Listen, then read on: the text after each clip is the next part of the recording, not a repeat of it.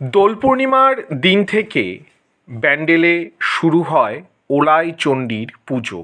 এটি চলবে আগামী সোমবার পর্যন্ত, অর্থাৎ আজকে আমরা রোববার গিয়েছিলাম এই মেলাটি দেখতে এবং এই পুজোটি দেখতে, এবং এটি চলবে আগামীকাল পর্যন্ত। মূল পুজোটি কিন্তু প্রতি বছরের মতন এবছরও দোল পূর্ণিমার দিন এই অতি ঐতিহ্যবাহী জায়গায় হয়েছে মা ওলাই চণ্ডীর পুজো। দেখতেই পাচ্ছেন মা ওলাই চণ্ডীকে। এই পুজোকে ঘিরে একটি মেলা বসে এবং সেই মেলায় আমরা খুবই যৎসামান্য বাংলার লোকজ সংস্কৃতির ধারা এবং বাংলার লোকজ সংস্কৃতির ঐতিহ্যকে খুঁজে পেলাম। খুবই সামান্য, এটা অনেকটা খড়ের গাদার মধ্যে সূচ খোঁজার মতোই, কিন্তু তার মধ্যেও আমরা হয়তো কিছুটা সফলও হয়েছি সেই খোঁজার ক্ষেত্রে।